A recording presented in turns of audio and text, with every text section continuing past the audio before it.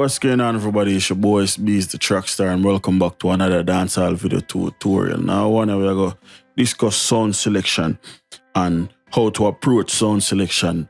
As a beginner, it's more something for somebody want to fully understand how to select them sounds and how to do this and how to do that or whatever. Cool. So we are going to do kind of dark melody or whatever, something like more on the bad man side or the gangster side or whatever. But before we get into that, still more, a lot of people understand like sound selection is more of a thing where you have to know what direction you go. And like I say, we're going to touch upon it more in the video, but you have to know the direction where you go. You understand? It's like you can't have a main melody and then don't know your next step. Once you have a main melody, what is the next step for you? You got add a counter melody, you got add a lead, you got add your perks, you got add the drums, you know what I mean? And a lot of the time, the type of melody where you add will dictate the type of sounds where you go select. So we'll start out with a melody. We have this Graveyard Badness MIDI, and it's 95 BPM. So let's do that in, play it, and then approach and go through the whole sound selection process.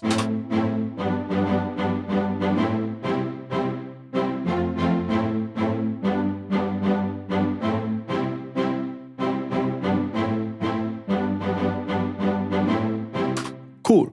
So based on the style and melody where you have, you understand, consciously, as a beginner, a lot of the times, you listen to a lot of music, so you know what's out there.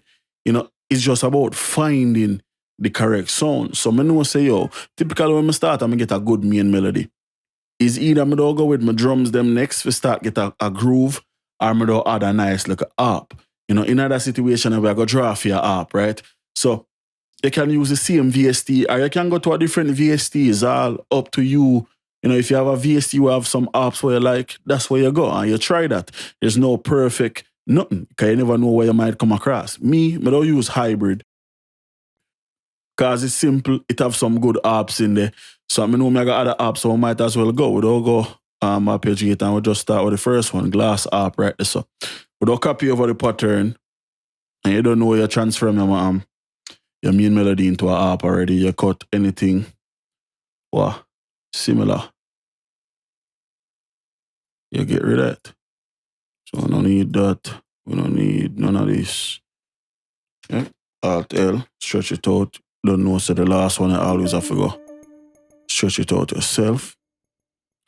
Let's quantize that and drag it back. Boom. So we have our pattern right here. So let's play it and see what we are working with. And this no sound too bad, you know what I mean? So let's roll with that. So we have a harp and we have a main melody. That's two sounds down, that quick. Them type of rhythm are typically, you have this like darkness to it. One of the darkest or one of the most popular sound in a dark rhythms is the tubular bell. So let's draw for one. One of my favorite tubular bells come from X-Pan. So we'll load it.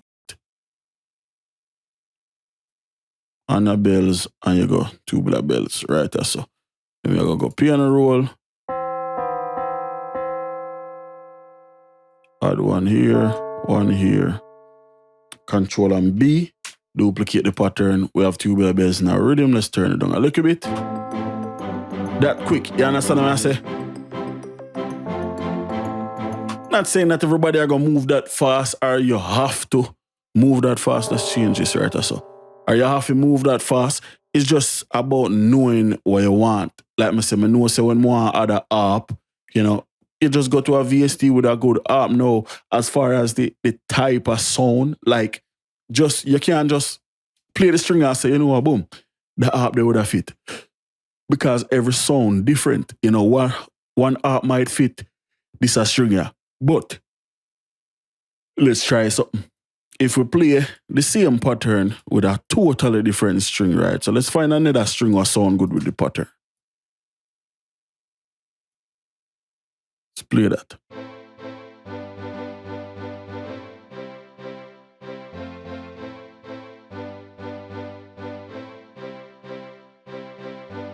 Nasa.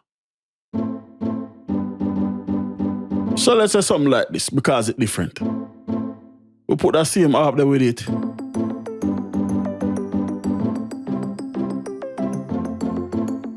it don't sound right. You understand what I say? So a lot of the times, one of the biggest things what you can do when you look for sounds, for go with a sound, just search, just keep going.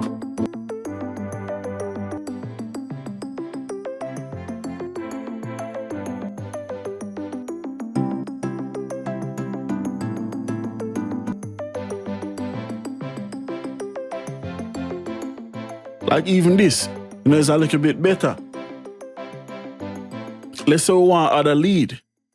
You know me operate already. Typically what I do, load up a VST, any VST, no matter whichever one, as long as it have some good leads in there, in that situation, we are going to use quick VST if you nice, some nice leads. Let's use silent one. And a lot of times people feel like at the VST, are the reason or whatever. It's not the VST. You don't have to have the latest of VST if you have, nice sounds or whatever. 90% of VST don't have, I don't use. Let's start with this. Of course, match,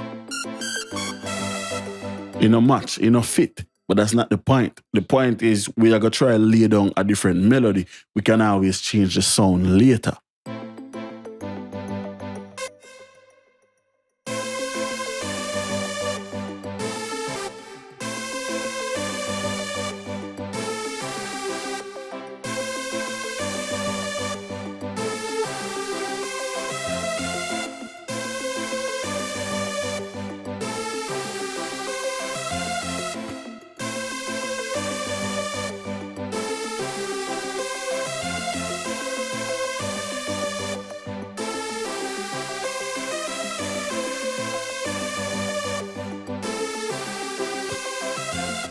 No, nothing wrong.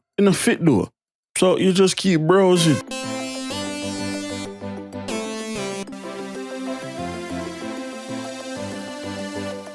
This can pass. Well, it sounds like if you rise it up on active. Not bad. Let's change back our string. Kind of focus back on what we did there. Alright, so with the back where we started, right? I know it's like, which direction if we take this? This rhythm really pretty much done.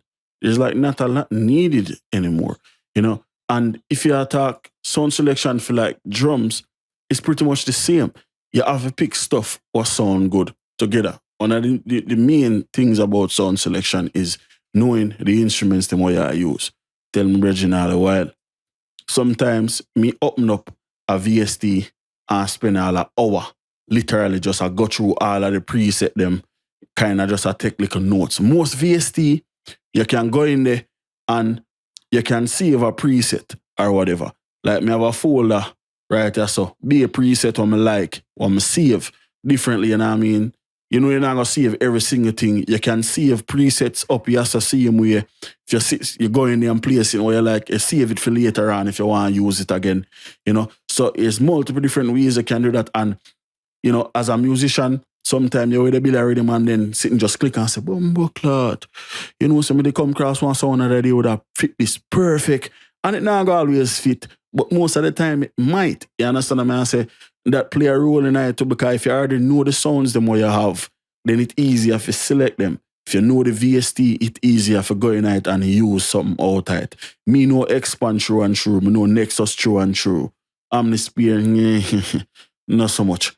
But I know if I go in a Expand, I know if I go in a Nexus, I go find something I can use. And to prove the point, if I got presets, this is how much rhythm, all the way from over here, so, all the way back to here, so, how much rhythm I use Expand inner. I think 5, 10, probably like one good, one row probably have 50 different presets in there, but this is how much rhythm me use, expanding, how much time me use it in a one rhythm. One right, so me use it 3 times, right? So 4. So it's like me know the sounds, and if you look on a lot of the sounds, them similar. The spiccato string, spiccato string, spiccato string, call to warrior, so you know what I mean? Choir, call to warrior, so again. So it's like if you know the sounds, them You will know exactly what them go to, and you will know where you can use them, where you can't use them. One of the biggest things, like I said, just take time, go through the VST them, sort through the preset them and see where you can use. Even if you're not in high vibes with Bill or Riddim, just go in there and listen to some preset. Just like you get a new drum kit, you go in there and you listen to the sounds them, same exact thing. You know what I mean? When it comes to drums and you select sounds for drums, same thing again. Every time, me already know, kick 7, that's the kick for me. When I be like Riddim, kick 7, I'm a good. Me make it myself, I love it. And my kick, you know, if me, depending upon the style I Riddim, let's play this.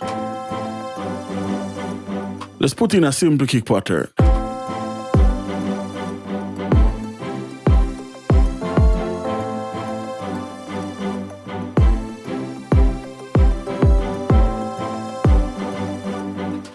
So I'll use common sense now, right? Why is there nothing in this folder? Huh. Live drums. Why is that folder empty? Hold on there. Something not going. Why the fuck is... Where my live drums folder there? What going on so?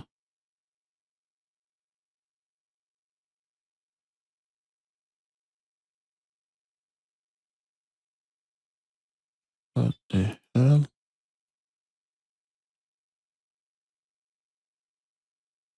Best stop recycle bin. I look for one folder named live drums. What going on so? It look like me delete it. Bruh. Oh, go on. I have to go find that. Have to. But anyway, let I try to find something what I know that stick out for give an example. But if we are pick drums and we are build a dancehall rhythm,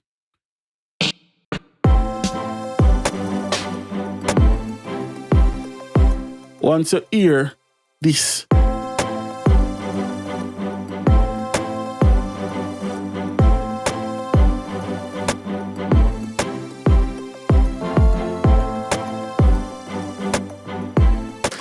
your ears supposed to can tell you whether or not that's a fit or not. You know? Yes, this is a reggae snare, technically, but that don't mean say I just reggae. You're supposed to use it in a. That's not how it works. You can use them anyway. You understand what I say? Like I say, the biggest part about sound selection is what you use the sound for. You understand what I say? And then another thing will play a major role in it. Probably the most important thing about sound selection is your ears. If it sound good, then it good. You understand what I say? And if it sound like fuckery, like if I go in a hybrid and take up one app, what sound like a shit.